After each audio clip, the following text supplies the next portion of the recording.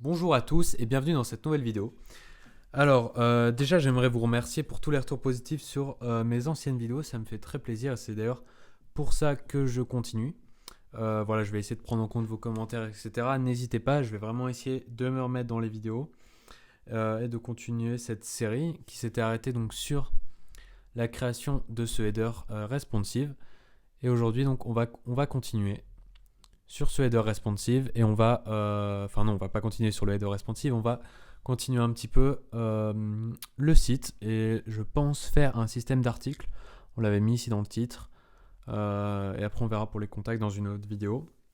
Et après, pour les vidéos, peut-être d'autres séries sur le front-end encore avec d'autres exemples de sites ou alors peut-être évoluer vers d'autres technologies ou un peu de back-end. Enfin, dites-moi ce que vous voulez dans les commentaires, ce qui vous ferait le plus progresser. Voilà. Donc alors, ça c'était le code qu'on avait fait dans la dernière vidéo. Si vous ne l'avez pas vu, je vous invite à la voir parce que c'est la suite directe. Ou alors si vous voulez juste le système d'article, hein, vous faites comme vous voulez. C'est le code. Il y en a qui va demander aussi mon éditeur de code. Donc c'est Visual Studio Code ici, hein. Voilà, c'est dans ça que j'édite le code. Et donc j'ai mis un thème qui est Material Theme sans doute. Voilà. Et donc c'est assez beau, j'aime bien.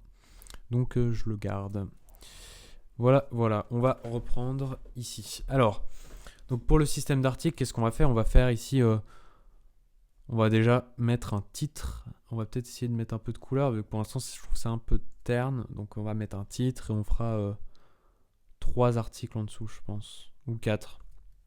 Donc là, je suis sur un grand écran, alors je sais pas ce que ça donne pour vous. Mais tiens, je vais rester comme ça. Voilà.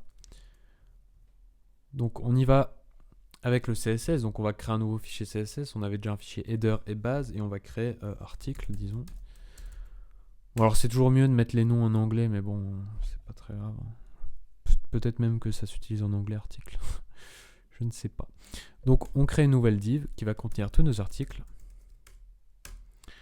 Voilà, donc là on a bien des blocs, vous pouvez voir séparer header, article, comme ça on s'y retrouve, c'est clair. C'est important d'avoir un code clair, hein. Voilà, donc on va créer un article, 2 articles. Voilà. Et des gens ont demandé également comment je faisais pour mes raccourcis, pour créer mes divs, etc. C'est un plugin qui s'appelle Emmet, que vous avez sur la plupart des éditeurs de texte. Bon, il est quelque part. Et ça permet comme ça de mettre un point, test, et ça crée plus facilement. On peut également multiplier, etc. C'est sympa, ça aide quoi. Voilà. Et je pourrais également faire des vidéos sur SAS d'ailleurs, qui est une extension de CSS qui permet de faire des choses sympas en CSS que vous n'avez pas avec CSS normalement. Mais bon, après, c'est des choses un petit peu plus évoluées. Donc, pour l'instant, on fait du front-end pour que vous puissiez faire vos sites, blogs, etc. Tout ce que vous voulez. On y va. Alors, un article. Donc, dans article, on va déjà définir la classe article. Ah oui, je voulais mettre un titre. Je vais mettre un titre avant. Donc, attendez, hop. Ça, je vais mettre dans article content, article items. Donc là, on a mis donc, nos 3 articles dans une div appelée article items. Ce qui va nous permettre d'ici agir au niveau de nos articles indépendamment du titre qu'on met maintenant, qu'on va mettre en H2 avec une classe article title et on va appeler le titre article. Allez, paf, article. Est-ce qu'on avait une fonte? Je pense. Je vais regarder. Tac, on avait une fonte définie Nuito, c'est bon. Tac.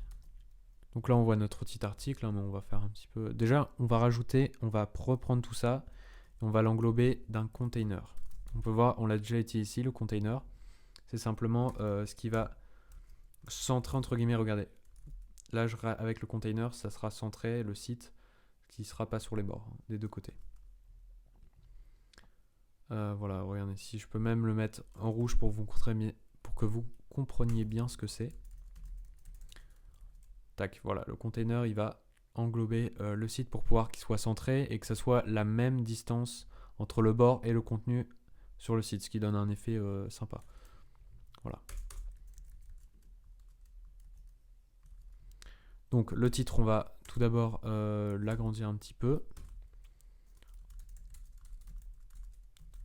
Et je pense qu'on va le centrer. On pourrait le laisser à droite, ça peut être sympa aussi, mais je pense qu'on va le centrer pour le tuto parce que j'aimerais bien ici un petit truc de style. Alors là, ah oui, ça va pas. Faut faire point article, title. Voilà, ça va être mieux de cibler direct le titre. J'ai fait une erreur quelque part. Ouais, j'ai pas mis de S. Paf. Allez, hop. Il veut pas, hein. Ah oui, j'ai pas aussi inclus le fichier CSS, donc forcément ça marchera moins bien. Du coup, n'oubliez pas d'inclure en lien dans le head, en dessous des deux autres, le fichier CSS, hein, parce que sinon votre CSS n'est pas pris en compte. Voilà, donc là on a l'article. Attends, je vais vérifier juste que il a bien, voilà, il grandit bien. On va mettre 30, tiens. Ok, on va donc centrer. Je pense qu'on va centrer. On va mettre une couleur un peu sympa. On va mettre une couleur un peu plus grise. On va essayer ça. Voilà. On va lui mettre une petite bordure pour rappeler la couleur donc, du bouton. Donc on va lui mettre une bordure, 1 pixel, une border bottom, 1 pixel solide. Et on va reprendre la couleur qu'on a utilisée dans notre header pour notre bouton ici. Tac. Voilà. Bon, sauf que là, ça prend toute la place. Donc, une solution dans ces cas-là, c'est déjà de mettre le display inline. Et ensuite, de mettre le text align center dans le parent. Dans le parent. Tac. Et donc là, on a notre article qui est centré. Donc, la bordure, par contre, on va la mettre un petit peu plus grosse. Voilà, un petit peu plus grosse. Voilà. Ok, on va mettre un petit peu d'espace ici avec un padding top. 30 pixels pour laisser un petit peu d'espace entre le header et les articles. Et là, on va commencer les articles. Vous pouvez aussi réduire la bordure, peut-être là. Bon, après, c'est du détail. Hein. C'est vous qui voyez. C'est votre site. Ça y est, on est aux articles maintenant. Donc, on a les articles items qui vont lister donc 3 articles. Dans notre cas, ça peut être plus. Après, ça va s'adapter automatiquement. Hein. Et donc les articles, après, on peut les lister, les récupérer depuis une base de données pour pouvoir que ça soit dynamique, etc. Avec des auteurs, etc. Mais pour l'instant, on va faire vraiment écrit dans le document HTML. Donc on va utiliser une flexbox pour lister les articles. Donc on va y aller. Donc dans article items.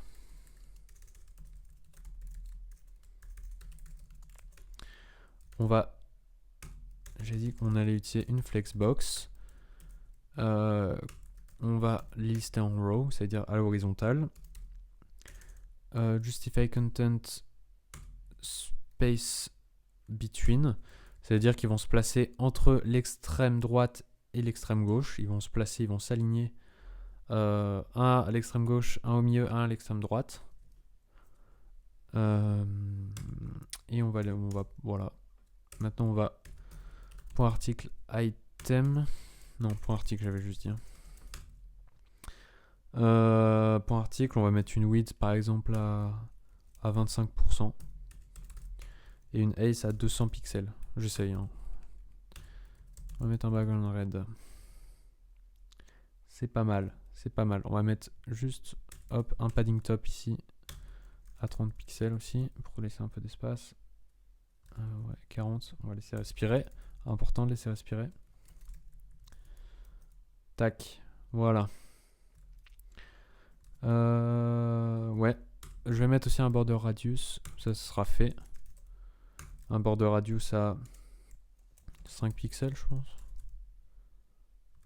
On peut mettre le même que le bouton. Je pense que c'était 5 pixels, voilà. Vous voyez, c'est le bord arrondi ici. Ce qui va permettre que ce soit un petit peu plus... Ça s'intègre plus facilement dans le design.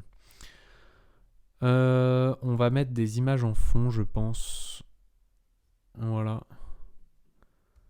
ce qu'on va faire, c'est on va le mettre dans le document HTML. Comme ça, si jamais vous voulez, avec du PHP ou n'importe quel langage, récupérer dynamiquement l'image de fond, et bien vous pourrez l'intégrer directement depuis le document HTML. Donc ici, on va faire background, hop, URL. On va aller chercher les images. Donc on va aller chercher sur Unsplash, qui est un site que j'aime beaucoup. Je pense que je vous en ai déjà parlé aussi, mais si vous cherchez des images, etc., libres de droit, c'est ça l'important. Alors, bon, donc le site d'Unsplash ne marchait plus, il était down, je vais réessayer. Non, il veut pas charger. Donc je suis allé sur Pixabay, où il y a aussi Pexels. Bon, c'est des sites qui donnent des images libres de droit, gratuites et de bonne qualité. Donc on va regarder, on va mettre des images pour ces articles, des images de fond. Alors qu'est-ce qu'on peut mettre? Vous savez quoi, je vais choisir les images et je reprends juste après. Bon, ça y est, j'ai choisi des images de paysage, je me suis pas cassé la tête. 3 images, donc on va appeler image 1. Tac, image 2. Et image 3. Image 3. Tac, on va les mettre donc dans notre éditeur de code. Enfin, dans notre éditeur, dans le dossier. Dans image, on avait déjà l'image startup là. Hop. Bon, ça n'a pas grand chose à voir avec une startup, mais bon, c'est pas. Voilà. Donc, URL, on va la chercher. Donc, c'est où? C'est public. C'est ça, hein, c'est public. Public slash image. img slash image 1. .jpg. Hop. Donc, on a notre image. Donc là, on peut voir que c'est pas centré. C'est pas, voilà, l'image 1. On n'a qu'un bout à droite. Là, on n'a que ce bout là. Donc on veut à peu près centrer et que ça prenne la bonne taille. Donc déjà on va enlever le background red et on va mettre un background size cover. Ce qu'on avait déjà fait pour le header. Ce qui va... Alors, est-ce qu'il va le prendre en compte ou pas? Du coup, ok.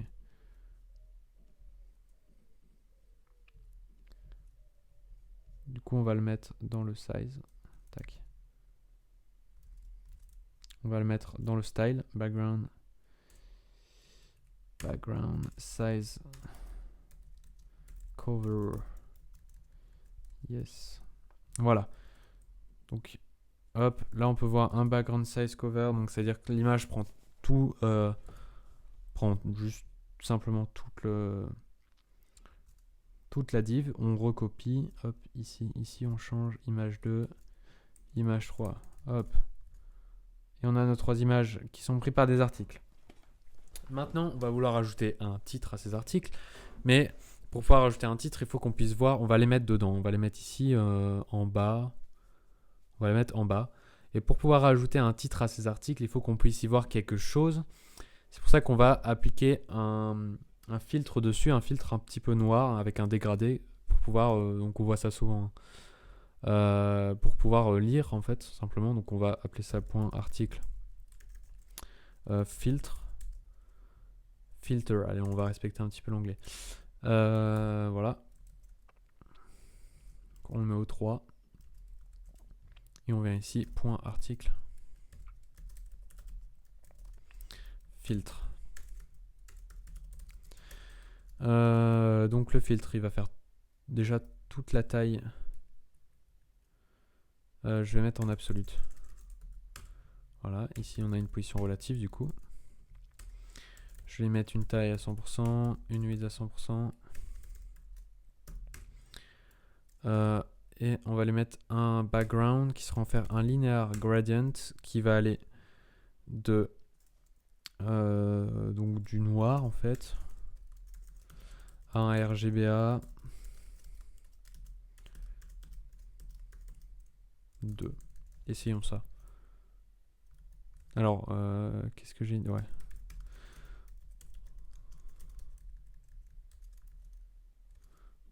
On va déjà essayer de voir le filtre. On va le mettre en rouge.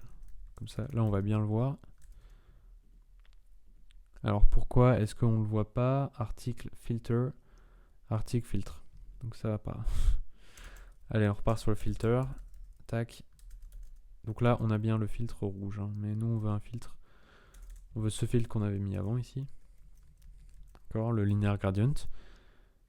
Donc là, on a bien un dégradé. Alors, de 1, vous pouvez voir qu'on a un dégradé qui est dans l'autre sens que moi je le veux. Parce que moi, je veux l'inverse. Du coup, on va simplement inverser. Hop. Donc, on commence par le RGBA et on finit par le noir. Et on voit également que ici, on a les coins arrondis. Mais qu'en bas, ils ne sont pas arrondis à cause du gradient. Donc, au niveau de l'article, on va mettre un overflow hidden, c'est-à-dire que tout ce qui dépasse de la div sera caché. Donc on voit bien qu'on a cette petite bordure ici qui se fait. C'est quand même plus agréable. Je vais également, pour adoucir un petit peu, je vais remplacer le noir par un autre RGBA, mais qui sera plus opaque, par exemple un 0.8. Donc on sera entre un 0.8 tout en bas et un 0.2 ici, au plus haut. Comme ça on voit un petit peu mieux les images et voilà. N'hésitez pas à bien choisir vos images aussi parce que les images font une grosse partie sur le site quand les utilisateurs donc, voient le site et donc il vaut mieux avoir des belles images, quoi. Voilà. Et n'hésitez pas également à réduire la taille de vos images. Quand je dis la taille, c'est le poids qu'elles pèsent en kilobits ou en mégabits, tout dépend de vos images.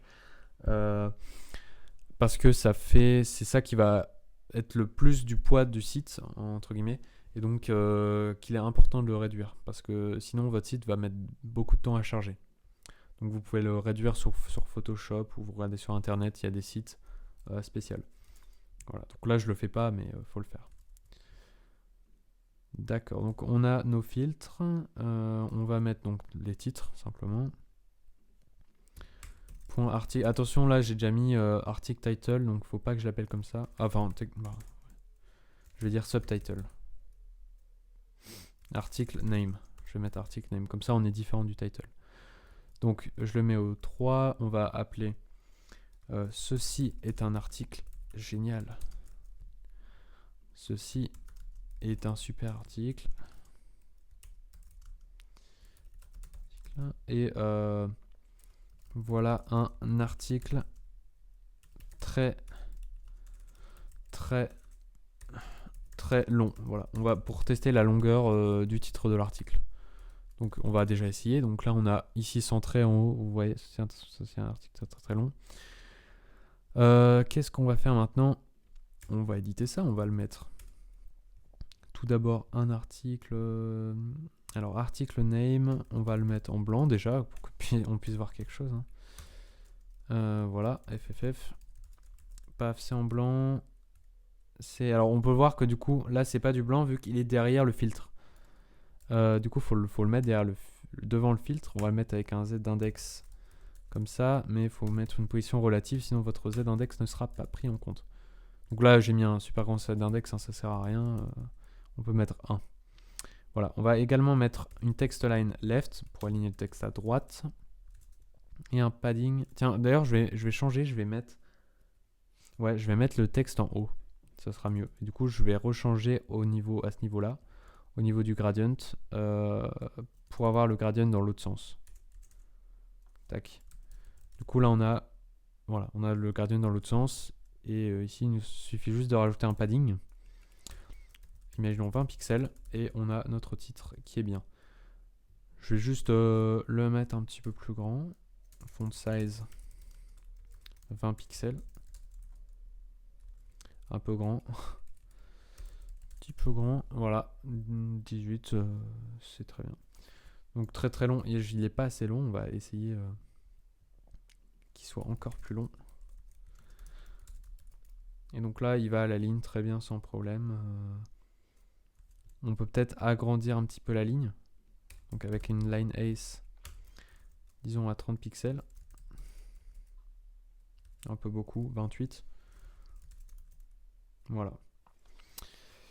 Ce qu'on va faire maintenant, c'est qu'on va styliser le hover. Alors, qu'est-ce que je veux dire par le hover? Je prends l'accent et tout. Le hover, comme vous voulez. Donc, c'est quand on va passer sur l'article, on va faire jouer une petite animation, ce qui va donner envie de cliquer. Donc, on met le hover. Ce qu'on va faire, c'est qu'on va rajouter une icône ici. Alors, est-ce que j'avais Fonta Wisdom? J'avais font typesum. Donc on va rajouter ici point article icon. Et dedans on va mettre une i avec une classe FAS FA-play. Alors je sais plus très bien. Voilà, ici vous pouvez voir qu'on a un play. Je vais aller voir sur leur site directement. Parce qu'en fait, ce qu'on va faire, c'est quand on passe la souris, ça va faire apparaître une icône. Ah, il veut pas, hein, ça veut pas aujourd'hui. Hein.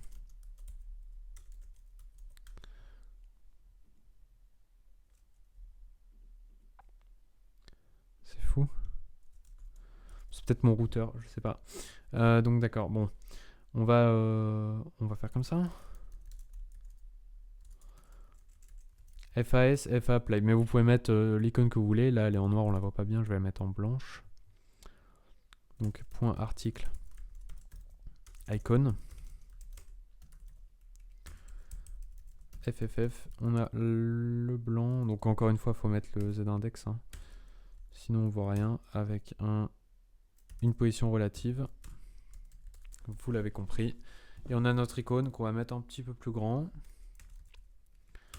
Voilà, 40 pixels. Voilà.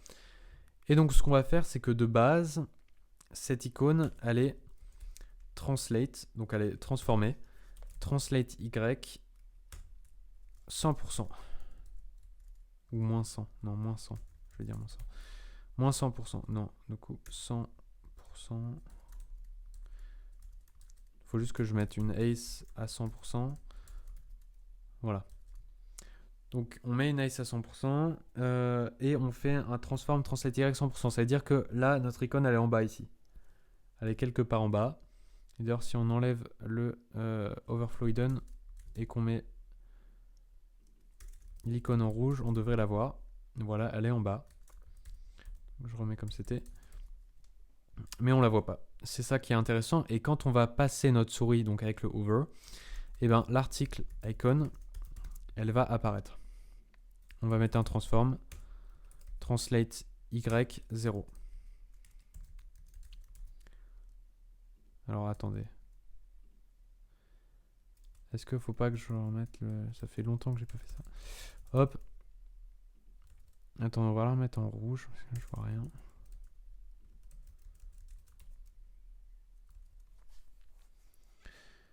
Qu'est-ce que j'ai fait comme connerie encore hein. Ah oui, c'est... Alors là, j'ai dit overflow name.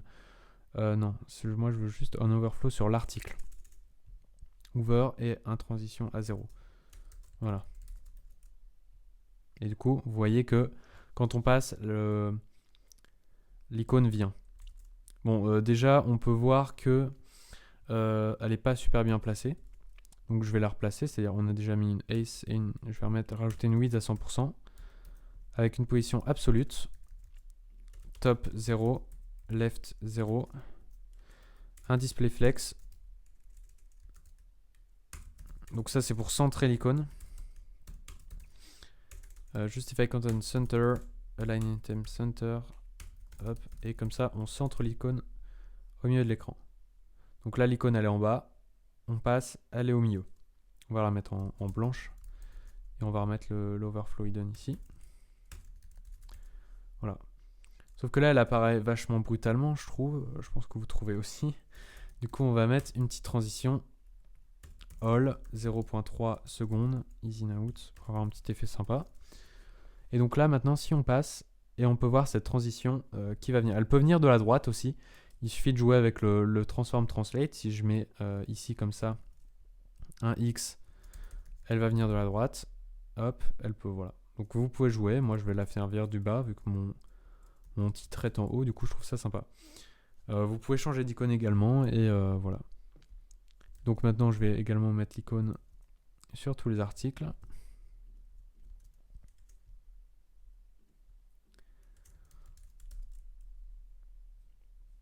Et voilà. On a un petit système d'articles assez simple, assez minimaliste, mais que je trouve assez efficace. Et donc, au niveau du responsive, on peut simplement, par exemple, dire que quand ça passe à... Parce que là, on a mis une width en pourcentage. Donc je vais vous montrer rapidement comment faire le responsive. Hein. On va reprendre donc à partir...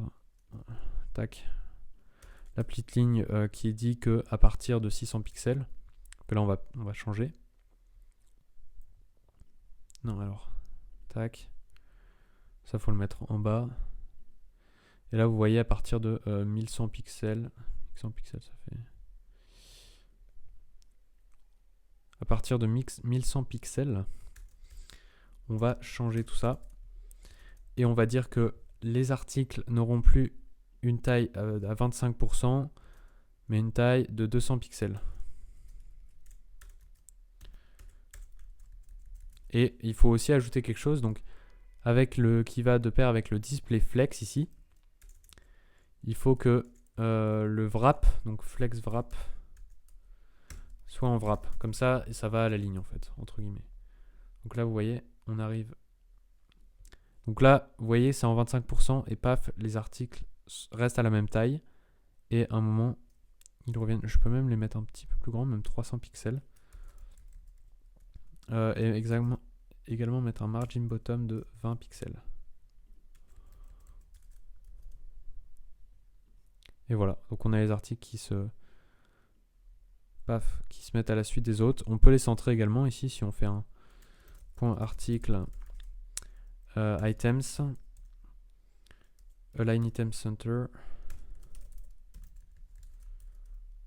Non, justify content, on va faire un justify content center. Et voilà, donc à partir de là, je vais également mettre un margin left de 20 pixels et un margin right de 20 pixels. Voilà, donc ici on a nos articles normaux et à partir d'un moment ils viennent se mettre de cette façon et voilà, de façon responsive, ce qui veut dire que même si on l'utilise sur un téléphone, vous allez pouvoir scroller et avoir vos articles les uns à la suite des autres. On pourrait également imaginer un bouton ici, voir tous les articles avec une page qui s'ouvre et vraiment tous les articles, un système de tri, de recherche, etc. Mais voilà, pour l'instant, c'est ça. Voilà.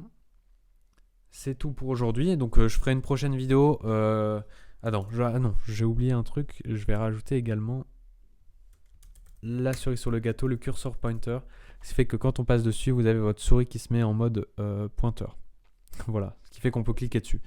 Mais ça, on le fera également avec un lien. Enfin bref, dans une prochaine vidéo, on pourra cliquer sur l'article et ça nous amènera sur une page qui nous permettra de lire l'article. Donc, on créera une nouvelle page avec un nouveau design spécial pour l'article, etc. Un espace commentaire également. Un espace pour lire l'article. Enfin bref, tous des trucs bien. J'espère que vous avez apprécié la vidéo. Laissez-le moi savoir dans les commentaires. N'hésitez pas à aimer la vidéo également. Si vous avez des propositions pour des prochains tutos, n'hésitez pas. Et on se retrouve dans la prochaine vidéo.